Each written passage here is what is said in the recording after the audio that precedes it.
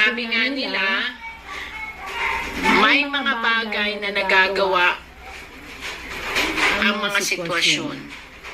The fool, ibig sabihin nito, ang ating gobyerno ay may dapat pag-aralan sa ginagawa nila. Hindi ko alam kung sino itong mga taong to, kung sino itong mga nakaupong ito. Nakaupo po ito. They are making fool of everything.